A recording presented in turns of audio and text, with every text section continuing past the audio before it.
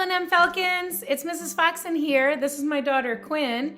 And one of the books that we wanted to share with you as one of our favorites is called Fancy Nancy.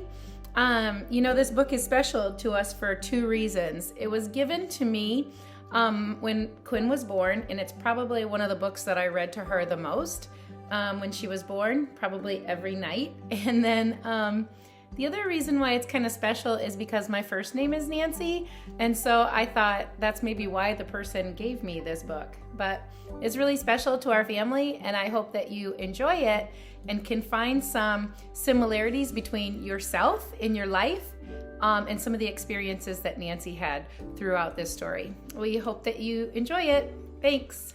Fancy Nancy, written by Jane O'Connor and illustrated by Robin Glasser.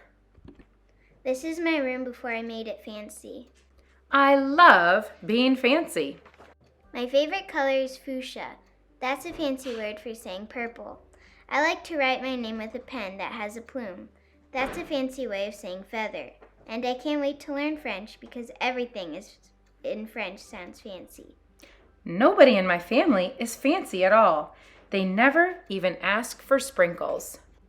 There's a lot they don't understand. Lace-trimmed socks do help me play soccer a lot better. Sandwiches definitely taste better when you stick in frilly toothpicks. A princess is supposed to keep her tiara on. What's a fancy girl to do? I asked my doll, Maribel. Her full name is Maribel Lavinia Chandelier.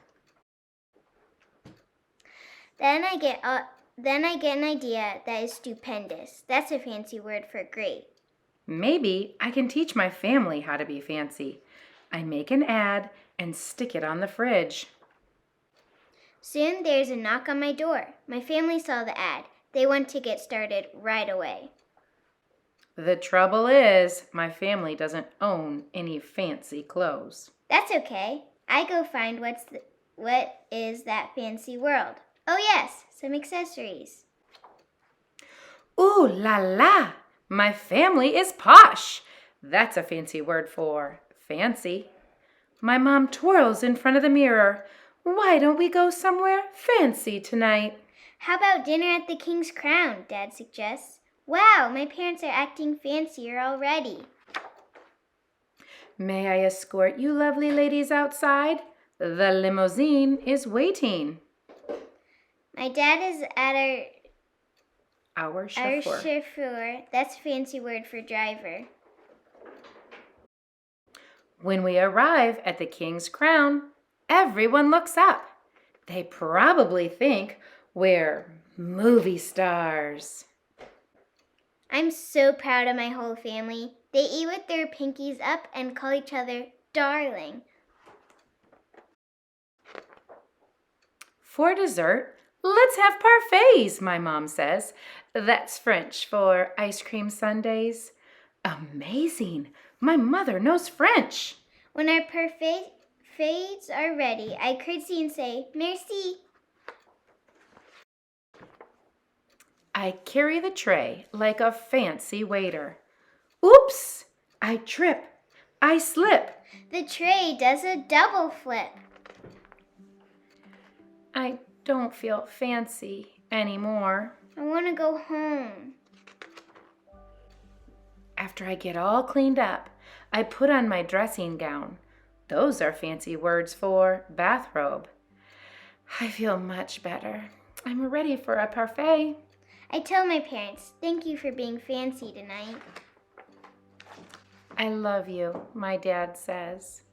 I love you, my mom says.